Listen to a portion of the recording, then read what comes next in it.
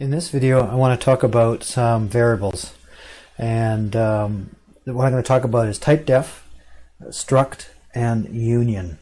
There's other types of variables, but I just want to talk about those two types of variables in the Typedef. The power of the C programming language is the ability of the programmer to declare their own data types specific to that program or that project that they're working on.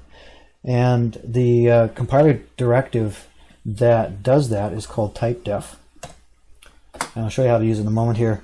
The C language comes with a couple of native data types. Char is 1, which stands for character, and it's typically 1 byte long. Yeah, especially it is in this C compiler that we're using here. Int is another, which stands for integer, and it's typically 2 bytes long. And then a third one we could call or could use is a long, which is another kind of integer, but is much bigger. It's actually 4 bytes long. And there's a couple of others, but I won't talk too much about them. But these are the main ones that you normally use. There's a couple of others that you might have encountered. One is typically used is this unint underscore or unint 8 underscore t. That's a data type, but it's not native to the C compiler. It has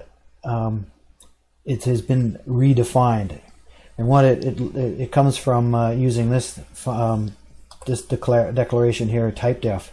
And so what Typedef will look like, for example, to create this unint 8 underscore t would be, well, actually it would be unsigned char, which is another data type I didn't mention. This is all one data type. And then you would declare it like this, unint,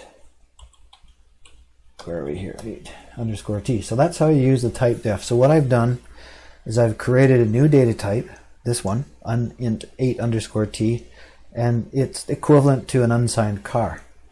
And there's a few others. There's another one, well, there's an int 8, where are we here, 8, int 8 underscore t. So it would be declared in this way, Typedef, int, and then int, it wouldn't be an int, it would be a char, int 8 underscore t. So that's how you would declare. Actually, it'd be semicolons after this. So that's how you use Typedef. The new data type is here, the label of it, or sorry, the new data type here, this is the label for it, and this is what it is based on. So that is Typedef. I'm going to talk a bit more about Typedef in a little bit further on here. The next thing I want to talk about is Struct. Struct is a means for aggregating a bunch of different data types, a bunch of different variables under the same, like in the same group, and addressed with a single name. You might be asking, why would you do that? Well, I think I could probably better describe how it works with an example here and why I'd actually do it. So let's say we're creating a card game program, and so we needed to define a card, and so we'll use a structure. So first of all, you use the name struct, or the declaration struct, and then how you define it fits inside the 2 curly brackets like this, and then you go on and put stuff inside here. And this could be a number of different kinds of variables. So a playing card, to identify a playing card, you have to look at its suit and the number of spots that it has on the card.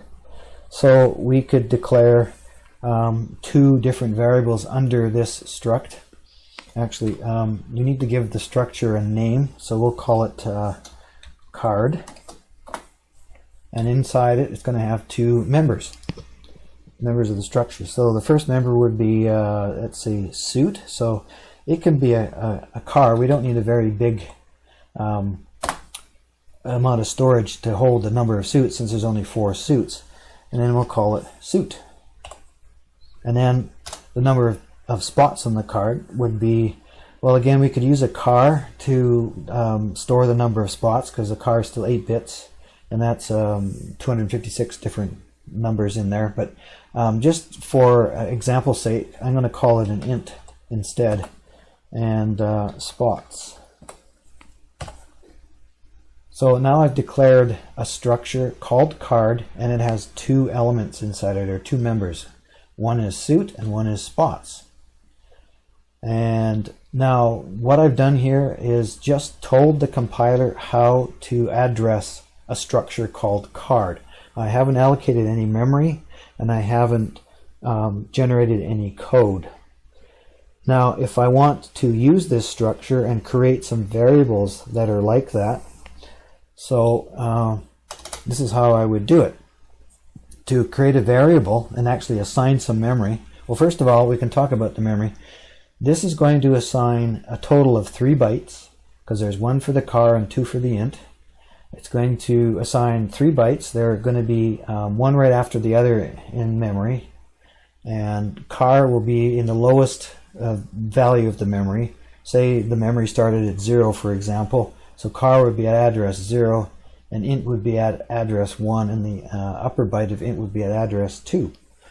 And then if I declared more structured cards, they would just follow one after another. So let's declare some hands here, or some particular cards.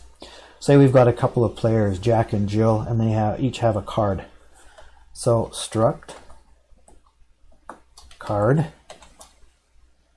and let's Jack's card and Jill's card. So now I have declared 2 structures. One's called Jack, one is called Jill.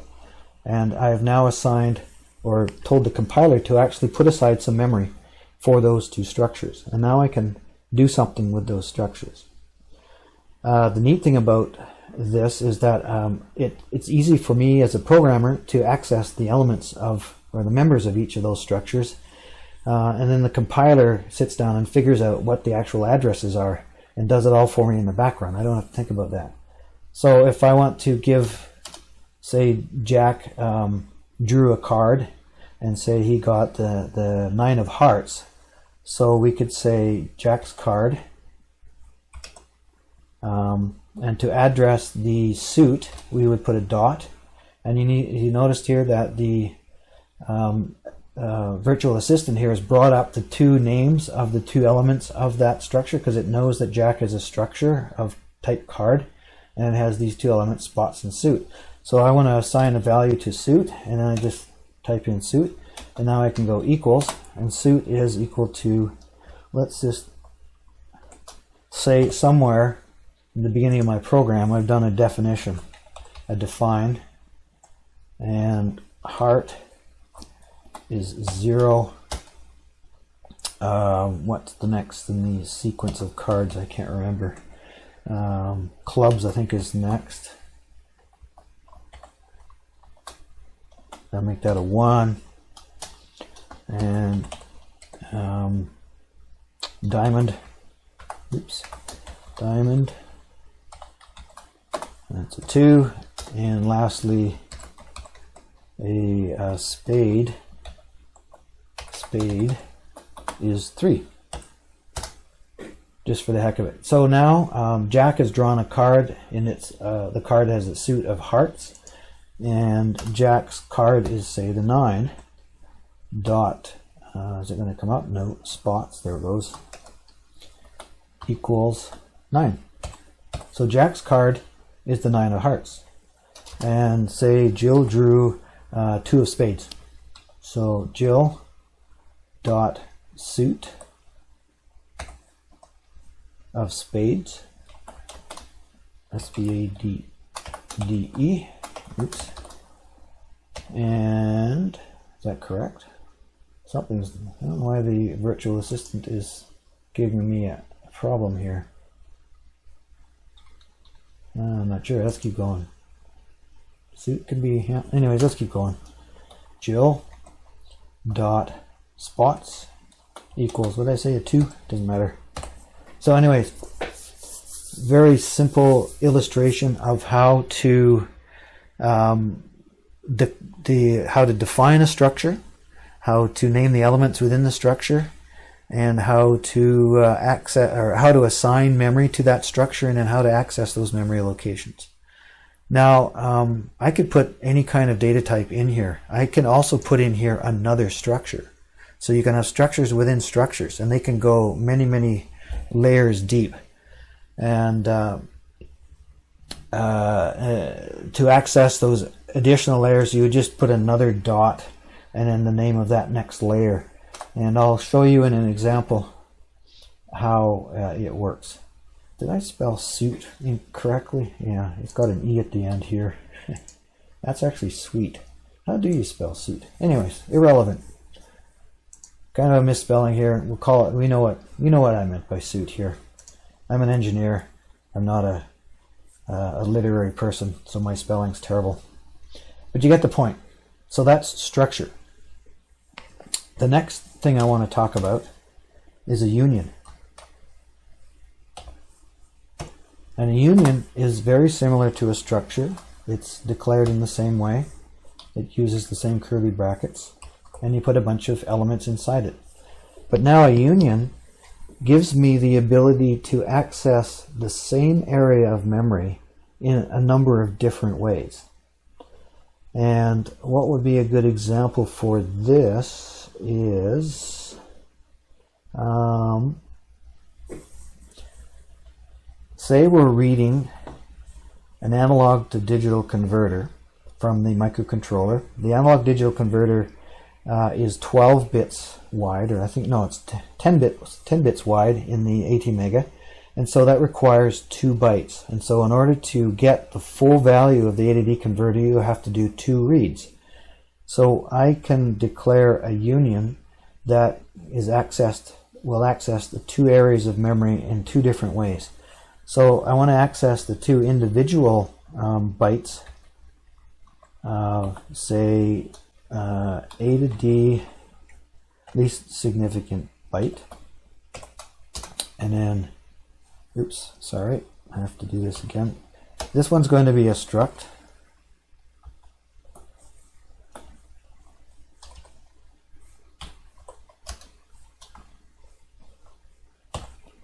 And there's going to be 2 members for this struct within AD underscore most significant byte. So that's one element of the union. Now the next element of the union is going to be a means to access both bytes at the same time, and it'll simply be int. And say it's I don't know what it could be, temperature.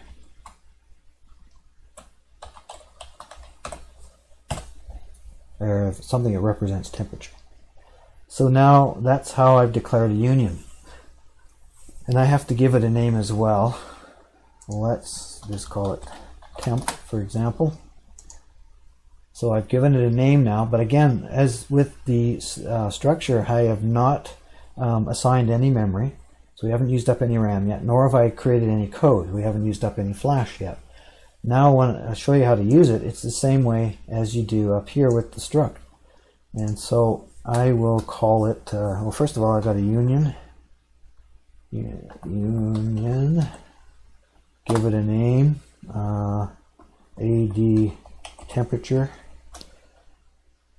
Oops, sorry, wrong order. Temp, the name of the union, and give it AD temp. Temperature. So now I've declared a union called temperature, and AD temperature can access the same area of memory in 2 different ways. So what I've put aside now is I've declared 2 bytes that occupy, or that are called this union temp, and I can access them as 2 individual bytes or as 2 bytes in one as an int. And again, accessing it is the same way as a struct. So if I want to get to the actual value of the integer value of AD temp, I can go AD temperature dot temperature. Let's say equals, I'm not sure, AD reg. I'm just making up stuff here as we go along. There's no such thing as AD reg, but the compiler will know that AD reg is 16 bits long, and it'll just read the value of AD reg and put it into the 2 bytes of the union temp or the union AD temperature and treat it as if it was an integer rather than two bytes. Or if I had to read it twice, read the ADD converter twice, the upper and the lower bytes, we would have to do it this way: AD temperature dot AD least significant byte first equals AD reg low, and then do the same thing again, dot the most significant bit, and read the AD reg high register. And so that's how you use a union to access the same area of memory in 2 different ways. And this is an easy way of building an integer, which is 2 bytes long, out of 2 separate 8-bit or 1-byte reads without having to do any kind of math. You can just read the 2 registers, assemble them into the union, and then you can access them as an int, and the compiler just treats them like an int instead of 2 separate bytes. So this is the use of struct and union. And I will show you, in keeping with the timer 0 theme from the previous video with the PWM, I've written a bunch of code that uses this method for addressing the 7 different registers that are used to control timer 0 and also timer 2. They both have the same types of registers and they both work in about the same way. So I've actually done it for both, but I'll just go through the example with timer 0.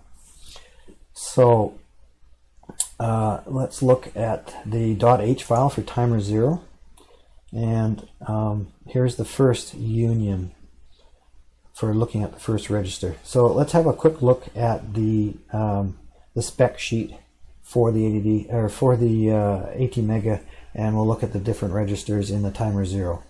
All right, here's the spec sheet or the data sheet for the microcontroller. It's timer 0. Let's look at the first register. So it's timer counter control register A, and you'll see that it's made up of a number of different bits.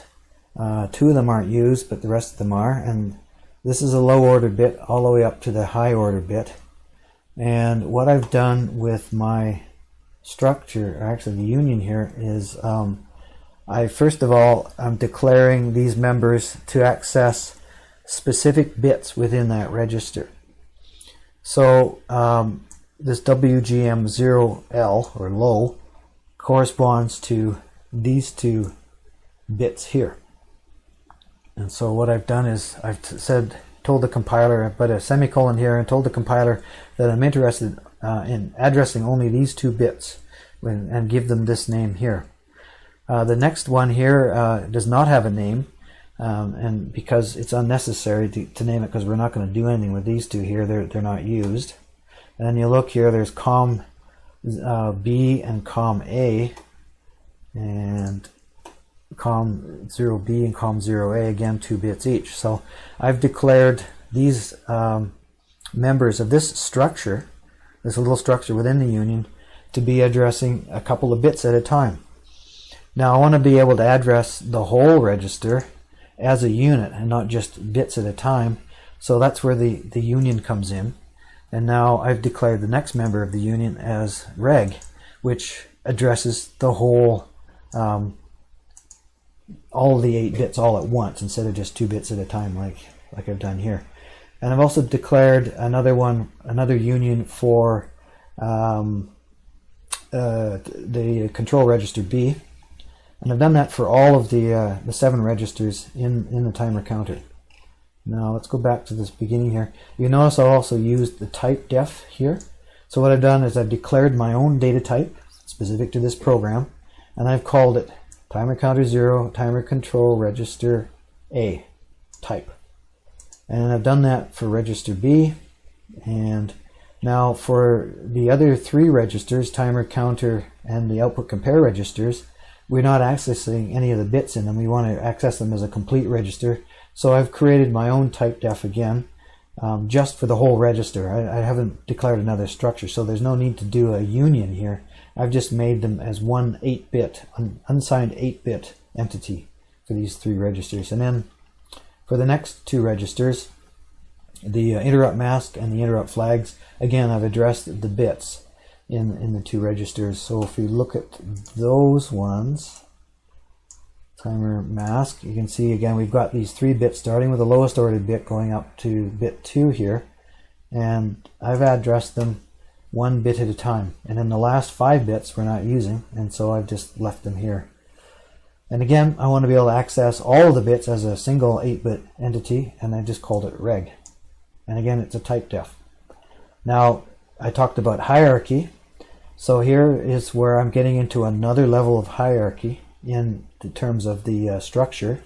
So now I've taken and I've assembled these 7 different structures and just 8-bit registers or 8-bit variables, and I put them all together, all 7 of them, into another structure, and then I've given it a name. I've also used the Typedef here. So this is another data type that encompasses all 7 of these different data types that I've declared, and I put them all under one name called timer counter. So you can have a look at this code, and I'll have it up on my GitHub site when everything is when the video is uploaded. You'll be able to get this code and download it and use it yourself. Now you look at this and you go, geez, that's a lot of work. Well, yeah, you're right. It is quite a bit of work, but I declare these 2 files. Timer counter. Well, I'll get into what the C file looks like, but I'll just explain why I'm doing this. So yes, this is a lot of work up front, and I'll probably spend some time writing this code and then testing it to make sure it actually works properly and it performs the way I expect it to. But once I've done that, got it working, I don't have to do it again, and I know that it's correct. And when I go to address, for example, these 2 bits here, and I put the wrong value in there, say a value that's bigger than what could be held in 2 bits, for some reason I made a mistake in my coding, the compiler will catch that and it'll give me an error, or actually it just warns me, but it tells me that something's not quite right, and it's a way of error checking. And so I can use these files in any other project that I might be working with that also needs timer counter 0. Reuse of software is a good way to do it, provided of course that your software is properly debugged and functioning. So enough of that. That's the reasoning why. Yes, it is a lot of work, but in the long run it pays off, and it makes your code easier to read, it makes your code easier to troubleshoot when there's a problem, and it saves you time in the long run because you don't have to rewrite all this stuff. So now, how am I going to use these structures here? Well, I'm going to use them for programming the timer counter. So what I've done is I've declared a function here called getConfig, and what it does is that somewhere else in my program or in my project, there's a program that's going to call timer 0 getConfig, usually in the initializing routine somewhere at the beginning of your software. And that program has also declared a structure named of data type timer counter 0, and it's given it a name, timer here. It's not necessarily going to be the same name in the calling routine. In fact, I'll show you this file here calls that function. And where did I put it? Oh, here we are. So I've declared here timer counter 0, timer 0. So I've declared a structure which is 7 bytes long, and I'm going to use it in order to set up my timer counter 0. And how I actually do that would be down here. So there's my function get config timer counter 0. And so what that function does is it fills that structure with all of the different registers. So these are the actual registers in the microcontroller, and I'm reading them and putting them into the by each of the bytes of the data structure. It goes down through all of them in order. And now in here I've got a chunk of memory that has all of the values that were in the timer counter control registers, and I put them into RAM here, and I'm freely able to, I've taken a copy of all that, and I'm freely able to modify them, and then I write them back so that anything that I didn't modify here is not going to get changed when I write it back to the control registers. And the advantage of that is if I need to change something in the way timer 0 operates while I'm running my software, so I can change how I configure timer 0 on the fly without screwing up something else in timer 0. So in this case, I've read, off of power on reset, I will have just read all of the reset values into timer 0, and that's probably what's going to happen most of the time. But now I can modify the RAM locations with this bit of code here. So I'm putting this value of this constant into the 2 bits here in timer control register A. And also going to affect the compare output pin and set it up the way I want it to do for the compare register A and B. In this case, it's setting it up to mode 2. And, oh yeah, where did these come from? Well, I declared them myself. I made them myself. So up here at the beginning of the .h file, these are all the declarations for those values. I put them in here. So these declarations here are for the mode of the timer. So we talked about the normal mode, where the timer just counts. And then these are the 2 different PWM modes, and these are given values. Here's the clear timer on compare, and that was the mode I used for timer 0 to create the 10 millisecond interrupt. And so that's what I do in here is, oops, sorry, I didn't use timer 0, I used timer 2 to do that, which is there. Timer 0 is going to be one of the PWM modes, so in this case, fast PWM. So anyways, here I set up all of these registers in RAM to what values I wanted to configure the timer in the way that I want the timer to be configured. And then I'll call the next function here that I wrote, which simply does just the opposite. It writes these values that was in RAM back into the timer counter control registers. So it looks complicated, but it's not really that complex. Most of the work is done here, where you actually have to set it up. And again, this is just another way of doing it. You could do it the way I had done it in the previous video, but this is just another way to do it. And this is the way I prefer to do it. And the reason for this is it kind of abstracts this program here, this file here, from the nuts and bolts of the timer counter, so that you can't accidentally screw up the timer counter with some bit of code in here unless you specifically call this code here in this kind of order. So that's about it for how the timer counter registers are configured using data structures. And I did it for timer counter 2 as well. So let's review a couple of things here. So I talked about the hierarchy. So the first level of the hierarchy is all of this stuff here, all of these. And if we look here at the, so that's this level here. And then we've got, and these 2 here, we've got another dot and then another name. So now it's accessing, so it's got this data type, which is timer 0 TCCR0A. We go all the way back up to TCCR0A, which is this one here. And then there's your WGM0L. And so this is how you access the different higher levels of the hierarchy within the data structure. And as I said previously, I could go deeper than this. I could put more on after this if I wanted to do that. It gets more complicated, but of course, the bigger your projects get and the more complex the data gets, you may have to do it this way, because it'll make it a lot easier to understand what's going on. So you can see how I've chosen my names here, that they actually make some kind of sense. So I think that's about it with how to configure the timer counter registers using data structures and type defs and unions. So I hope you found this video useful. As I said previously, all of this code, both the timer 2 and the timer 0 files, will be up on my GitHub site by the time this video is uploaded. So thanks for watching. Stick around, and I'll have another one coming out soon. Bye for now.